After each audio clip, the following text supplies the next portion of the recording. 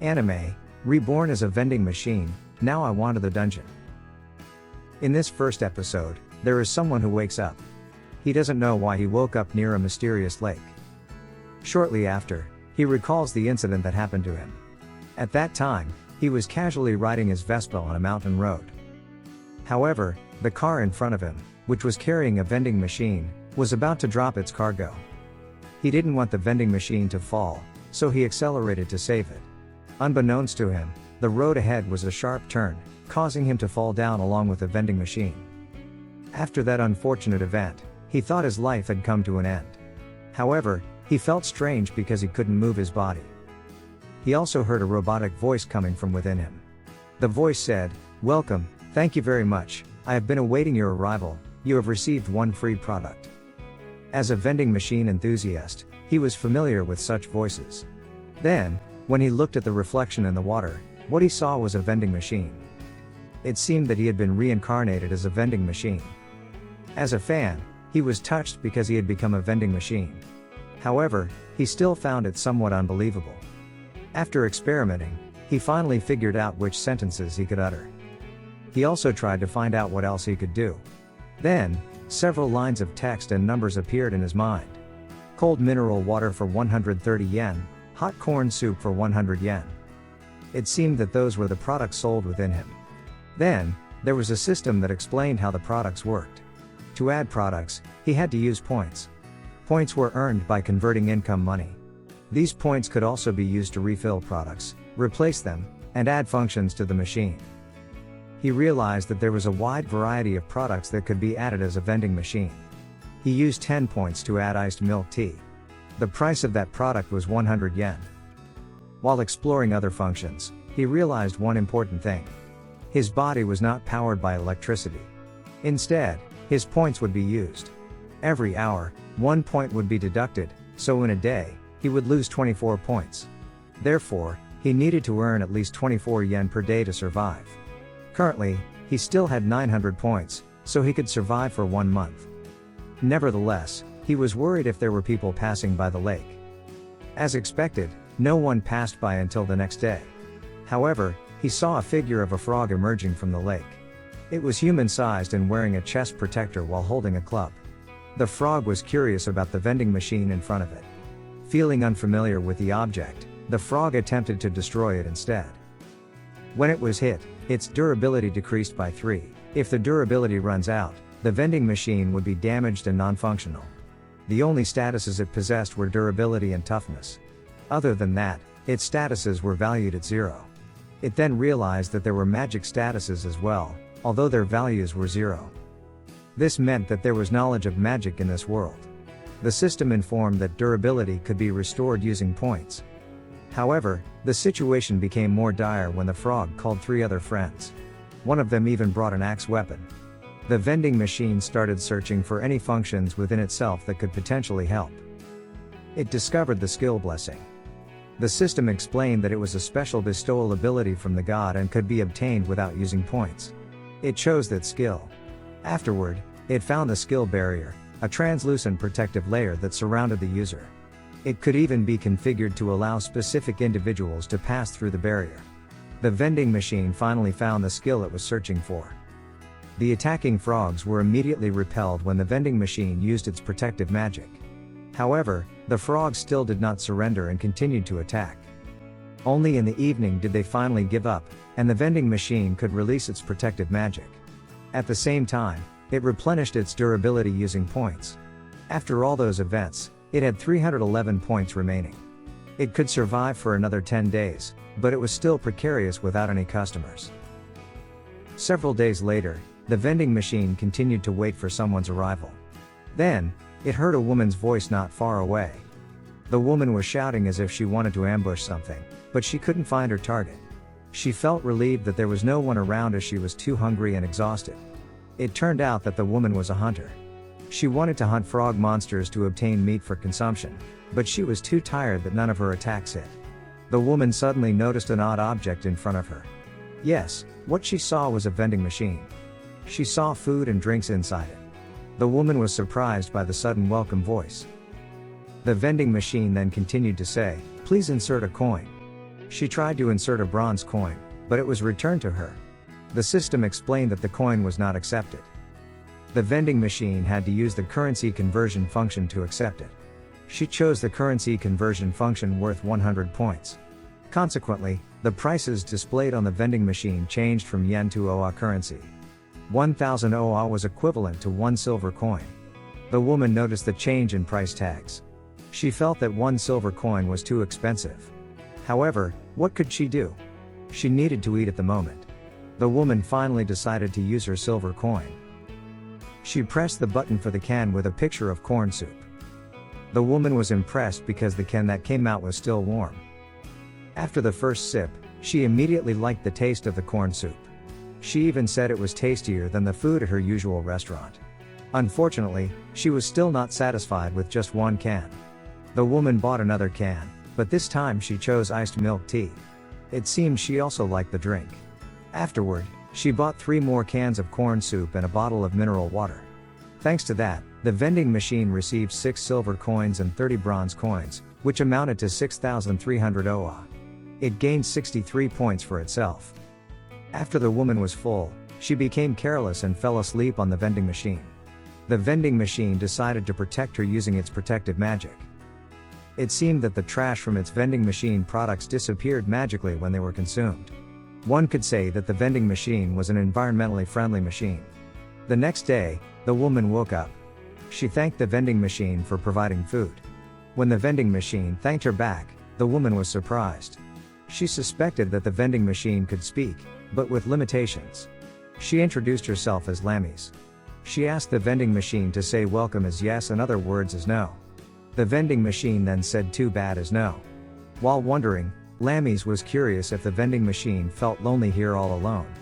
The vending machine answered yes. Lammies offered to accompany it and mentioned that she could introduce it to Hulami, a magic tool artisan. Suddenly, Lammies lifted the vending machine with her bare hands, even though it could weigh up to 500 kilograms. While walking and chatting, the vending machine was informed that Lammies possessed the blessing of strength. That's why she had such immense power. Shortly after, Lammies wanted to take a short rest. She also wanted to buy more corn soup. The vending machine felt sorry because the corn soup didn't make her feel very full. It decided to add potato chips as a product within itself. Lammies immediately tried the new product. She got hooked and kept buying it multiple times. As a result, the vending machine received 320 points, which it planned to use to reduce the price of mineral water. Lammies mentioned that they were almost at the entrance of this layer, where a village was located. Upon reaching the village, the vending machine learned that it was inside a dungeon. It was quite unexpected, especially since the sky could be clearly seen. While there, the 2 gatekeepers of the village were also curious about the object Lammies brought along. After explaining, they became interested in buying items. It turned out that they also liked the products available. They even asked Lammies to bring the vending machine there more often because the gatekeepers couldn't leave their positions. While heading to her lodging, Lammies noticed a little girl being harassed by thugs. Lammies could intimidate them with her immense strength, but for some reason, her attack still didn't land. Afterward, they finally arrived at Lammies' lodging. The innkeepers were very worried because the hunter group accompanying Lammies mentioned that they had left her alone. Lammies also explained about the vending machine she found at the lake. It turned out that Lammies just remembered she needed a lot of money to go to the surface and meet Hulami. She had to pay to use the teleportation circle. Munyami, one of the inn's attendants, offered Lammies a temporary part-time job there. Additionally, the vending machine could be placed in front of the inn to attract customers. True to her promise, Lammies brought the vending machine to the gatekeepers at night. They liked the products, but they started to get bored. The vending machine felt that it was perhaps time to add new products. The gatekeepers were surprised when their vending machine started to glow, and new products appeared inside it. The new product was Odin, priced at 3 silver coins. After trying it, they said that this product was their favorite so far. And as usual, they got addicted and kept buying it. In the final part of the episode, the girl whom Lammies had saved approached the vending machine. The girl wanted to greet it first, but she ended up running away because the vending machine greeted her first. For some reason, she threw a stone and made mocking gestures. As usual, Lammies would bring the vending machine to the gatekeeper's post. She even bought a wooden backpack to carry the vending machine on her back. And when Lammies picked it up, they exchanged stories about the events of the day, even though the vending machine's speech was very limited. That's why Lammies wanted to quickly earn a lot of money and bring the vending machine to Hulami. Unexpectedly, Lammies also gave a name to the vending machine, Boxxo. This is the end of episode 1. Moving on to episode 2, Boxxo encounters a bear in front of the inn. Lammies goes out to greet Boxxo and also greets the bear. It turns out the bear is the chairman of the Hunter Association. The bear speaks to them, stating that there will soon be a mission to attack the frog monster's stronghold, and he wants Lammies and Boxxo to join. Lammies is surprised because Boxxo cannot fight. However, the chairman bear explains that he only wants Boxxo to provide food and drinks during the journey and assures their safety. Boxxo himself doesn't want the frog monsters to cause trouble in this city, so he agrees to join the mission. It has been 3 days since their journey to the frog monster stronghold. According to the information from the chairman bear, the safety of the village is important, but the most crucial thing is for the village to maintain control over the teleportation circle. The teleportation circle is a magical device that allows someone to travel back and forth between dungeon layers and the surface. During the mating season, frog monsters can become very troublesome as they lay numerous eggs, resulting in the rapid growth of adult frogs. During the journey, someone mentioned that there were more frogs this year compared to previous years, as seen by the increased number of hunters participating. In the late afternoon, they set up tents to rest. A red-haired man approaches Lammies and Boxxo. He appears to be one of their guards. The man approaches out of curiosity about Boxxo. Lammies suggests that he try buying one of the products available. The man chooses to buy lemon tea. He is impressed because he has never seen packaging like that before. When he drinks it, he becomes even more impressed because it is warm. The man becomes curious about how to refill all these products. However, even Lammies herself doesn't know. All the products appear on their own without needing to be refilled. The man becomes more interested in Boxxo and calls one of his companions, Philmina. Philmina refers to the man as Captain Cariel. It turns out that the eccentric bearded man is the leader of the guard group. According to Cariel, Philmina knows enough about magical tools and ancient treasures, so he asks if Philmina knows something about Boxxo. After carefully examining Boxxo, Philmina doesn't sense any magical power within him. Cariel doubts it because Boxxo can produce items without anyone refilling them. It means that all the items inside him are transferred or stored in another space. According to Philmina, that is usually the case, but there are also blessings that don't require magical power. However, Philmina responds that Boxxo cannot use blessings. Unfortunately, she is mistaken. Boxxo can use blessings. The sun was almost setting, and it was time for them to rest after setting up the tents and other preparations. To welcome this mission, Boxxo had added a new product. The mornings and evenings were very cold, so Boxxo decided to include instant noodles in their supplies. The hunters lined up eagerly to buy the instant noodles. Boxxo noticed a little girl with white hair who had a big appetite. It seemed that she was one of their guards, along with Lammies. The girl's name was Shui. In the evening, Director Bear approached Lammies and Shui, who were chatting. He wanted to discuss the journey for the next day. It would take approximately 3 hours for them to reach the frog monster's nest. Since Lammies and Boxxo's purpose was only to provide food, Director Bear asked if they wanted to join the battlefield or not. Lammies herself was a hunter, so she didn't mind fighting. However, she was concerned about Boxxo. To her surprise, Boxxo also wanted to join the battlefield. After all, Boxxo wanted to protect Lammies. She was his first customer and friend in this world. The next day, they continued their journey. They arrived at a misty and muddy part of the forest. Director Bear then heard the sound of a frog monster horde ahead and ordered the hunters to attack. They were excited because they would receive extra payment for each defeated frog. Lammies also seemed enthusiastic. However, Boxxo was somewhat worried because Lammies wasn't familiar with her opponents. When a frog monster approached her, somehow Lammies managed to hit it accurately. It seemed that she became more balanced when carrying Boxxo. Although indirectly, Boxxo was glad to be able to assist her. After defeating so many frog monsters, there were still some that kept emerging. It was unusual for them to appear in such numbers. Cariel had a hunch that something was amiss. He ordered the other hunters to gather in the middle and not act alone. That way, they could continue to attack while defending themselves. Suddenly, a frog monster ambushed Shui from behind, and Lammies tried to protect her but seemed unable to. It was at that moment that Boxxo used his protective magic and sent the frog monster flying. Shui thought that Lammies had cast the protection spell. However, Lammies didn't feel like she was using magic, which meant Boxxo was the one responsible. Boxxo felt that he needed to expand his field of vision to be more helpful. He didn't mind using 1,000 points for that function. Then, Lammies asked Boxxo to let her know if there was an enemy approaching from behind. Boxxo would say, "You might get a reward as a signal." In the midst of the battle, Cariol was impressed by Lammie's strength and agility in evading attacks. He even felt embarrassed and didn't listen to Boxxo's warning about an enemy from behind. Reluctantly, Boxxo had to use his protective magic once again. Cariol was even more surprised to see Lammies producing the protective shield. However, she denied it and stated that it was Boxxo's power. Boxxo sensed ill intentions in Cariol's mind, considering him a potential threat.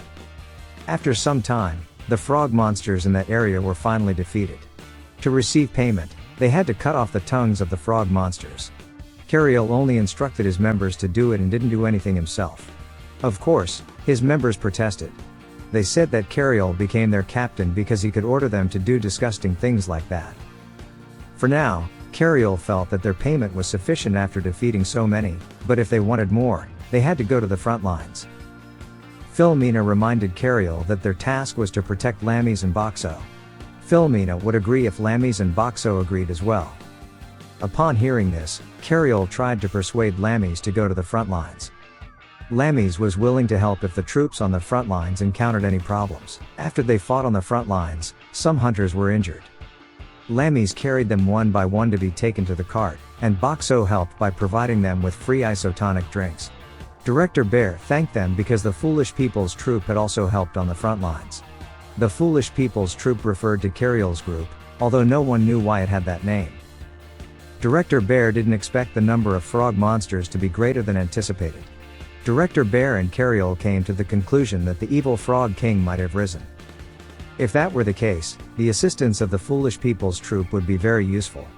Director Bear also asked Lammies and Boxxo to stay there and provide food for the injured hunters. At night, Boxxo was alone because Lammies was still busy assisting the injured hunters. Then, someone tried to steal coins from inside Boxxo. Boxxo made a sound, startling the thief. Boxxo then dispensed bottled water for free. When the thief tried to take it, Boxxo immediately dispensed hot corn soup, causing the thief's hand to burn. Fortunately, Lammies had returned by then. She threatened the thief not to mess with Boxxo. Some time later, the guards saw a flock of scared crows flying. And indeed, the evil Frog King was approaching them. Lammies took Boxxo and hurriedly left the scene. The forest pigs that were pulling the cart refused to move out of fear. Feeling sorry for them, Lammies set the forest pigs free. Other hunters protested against Lammies' actions. As a result, Lammies was willing to pull the cart on her own with her own strength. Boxxo was confused about what to do. As he looked at the list of products that could be added, an idea came to his mind that might hinder the evil Frog King. Boxxo replaced all the products inside him with cola. Lammies and the other hunters took the cola without knowing Boxxo's intentions. After that, Boxxo used his new function, the ability to transform. He transformed from a regular vending machine to a vending machine selling Mentos. Lammies still didn't understand what to do with the two items. With limited communication, Boxxo could only give instructions with the voice command, "Please insert the coin." Lammies mistakenly thought that she needed to insert a coin even though the items had already been dispensed. In those critical moments, the tied-up thief woke up and panicked upon seeing the evil Frog King. The other hunters silenced him with Mentos, and he felt suffocated and asked for water. The hunters then poured cola into his mouth. They were surprised to see the cola bursting out of the thief's mouth. Because of that, Lammies understood what Boxxo was trying to convey. The other hunters joined Lammies in helping. They put Mentos into the cola and aimed it at the evil Frog King's eyes. In doing so, the evil Frog King was hindered, allowing the Foolish People's Troop and Director Bear to chase after him. After a fierce battle, they managed to defeat the evil Frog King. The hunters thanked Boxxo for his assistance. Director Bear apologized for allowing the hunters to be separated. Lammy's also apologized, feeling that it was her fault. With this, their mission was completed, and they could return to the village. This is the end of episode 2. Continuing on to episode 3, Lammy's and the other hunters have successfully defeated the frog monster and are currently on their way back to the village. There were no strange occurrences during their journey home, but as they approach the village, they notice a lot of smoke coming from that direction. It seems they can't relax just yet. Lammy's becomes very worried about Munyami and the innkeeper in the village. Trying to reassure her, Boxxo attempts to say something to calm her down. Fortunately, Lammy's can more or less understand him, and she becomes calmer. Upon reaching the village, they find signs that something has been dragged through the village. The first place Lammy's heads to is the inn. The inn building is now completely destroyed, and there is no response when Lammy's calls out. If not calmed down again, Lammy's might insist on entering the ruined building. Finally, Boxxo tries to stop Lammy's with his limited language skills. After thinking calmly, Lammy's is convinced that Munyami and the innkeeper have taken refuge elsewhere. Most likely, they sought safety at the Hunter Association. When they arrive at the Hunter Association, they find the corpse of a giant two-headed snake. The snake was defeated using formidable weapons available in the village, which is not surprising since the village is built within a dungeon. Naturally, they would have such defenses. Lammy's approaches the guards, Karios, and Gorth, to inquire about Munyami and the innkeeper. Thankfully, they have sought refuge within the Hunter Association. Despite only having lived here for a few weeks, Boxxo already feels attached to the villagers. He feels this way because he has experienced death. Therefore, today Boxxo decides to treat all the villagers with his products. On that night, they all feast on the two-headed snake they defeated. Apparently, the snake is a natural enemy of the frog monster. Many newcomers also want to try Boxxo's products while they are free. The most favorite products are alcohol, potato chips, and Odin. After that, a drunken Lammy's approaches Boxxo. Although slightly incoherent, Lammy's expresses her joy at seeing everyone still alive. She is also happy to see many people gathered around Boxxo. Lammy's feels that Boxxo has become an important part of the village. Boxxo is truly amazed to hear Lammy's thinking of him that way. Gradually, Lammy's falls asleep after saying all that. The next day, the villagers are busy renovating the destroyed buildings.